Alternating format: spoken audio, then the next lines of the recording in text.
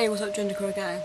Sorry I didn't make a video last week. I actually filmed the video and on the Sunday, and our internet went like the early hours of Sunday morning. I thought I'd just film it anyway, and I was gonna put it up like when our internet came back, which was the Friday just gone. So we had like 5 days of the internet, which was it was devastating because, well, that sounds pretty sad to be honest, but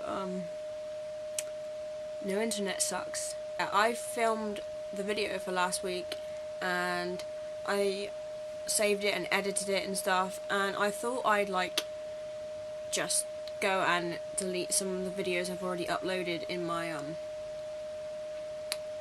edited file thing on my computer, and I accidentally deleted that video. So yeah, so I thought I'd quickly run through last week's topics and then go through this one. Topic 1 for last week: nostalgia. Is there a time in your life or a specific experience that you feel nostalgic about? Now, I actually had to ask my friend what nostalgic means, and I had no idea. She said that it's like a good experience in your life or something like that. If I'm wrong, then I'm wrong, or if she's wrong, then she's wrong. So basically, a good experience in my life. I would say when I was a kid, that was a good experience because I didn't have to worry about anything. I didn't have to worry about gender roles. Like, every single kid, boy and girl, just got on with each other. They didn't treat each other any differently. They just played like there was no gender identity, if that makes sense. And you know, I didn't have to worry about anything like bad stuff that was going on in the world, like having to pay the bills, working. It was just great. Topic 2 for last week: how do you feel about body hair? Any tips for someone who may have to deal with maintaining body hair? Now, I'm not strange, but with me, I don't really care about body hair. I mean, I don't really like having hair underneath my arms, but I don't really shave my legs. So I shave my arms, underneath my arms, and I shave my legs. I don't shave my legs.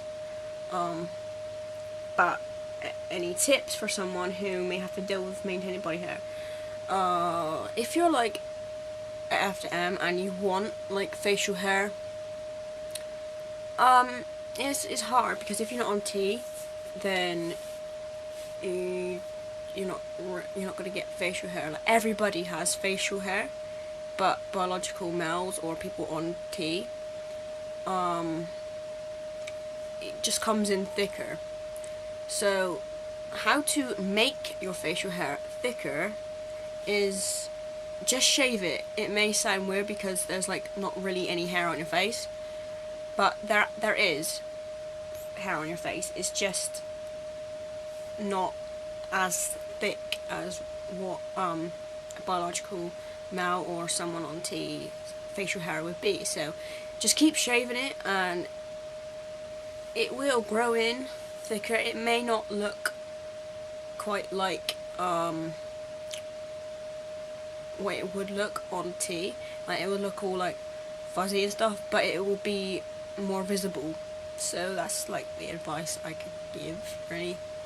This week's topics. As a gender variant person, do you find the idea of blind date to be a problem?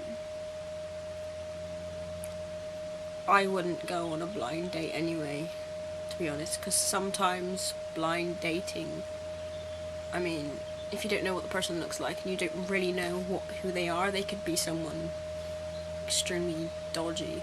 I wouldn't do that, but everyone's different, so I don't know. I wouldn't go on a blind date anyway, so that wouldn't really be a problem to me. If you were to go on a blind date, how would you handle the topic of gender identity?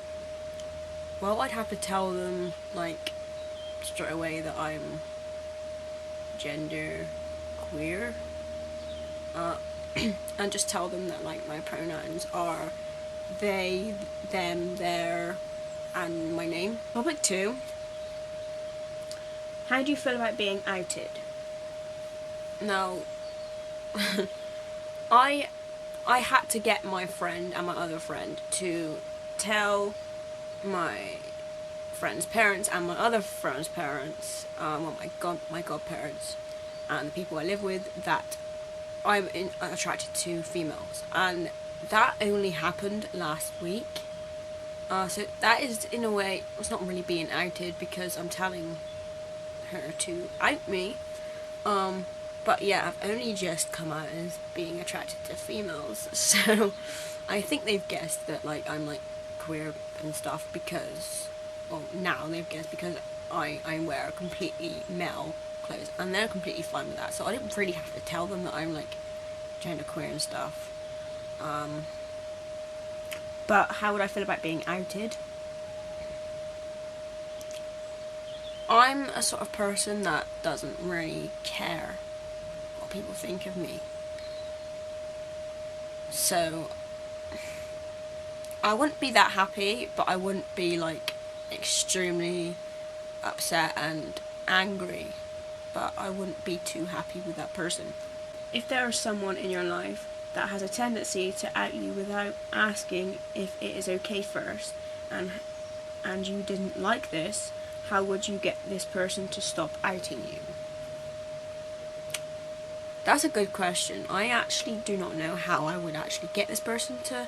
I would just cut them off completely. I would first like threaten them that if you do not stop outing me, you're not gonna be in my life anymore, because you're not worth being in my life if you're just gonna go behind my back and go against what I say to not out me, and just go ahead and out me. So if you carry on, I'm just gonna block you out of my life, and if they carry on, then they're gone. They are not my friend anymore. That's it. As a gender variant, do you feel it is ever okay to out someone else who may be gender variant? No, it's not okay. If they say that do not out me, do not out them, because that is disrespecting what they say. If they haven't said don't out me, still don't out them, because they're still not giving you permission to do it. So don't do it, because that's just being extremely disrespectful to them. That's it. See you next week. Peace.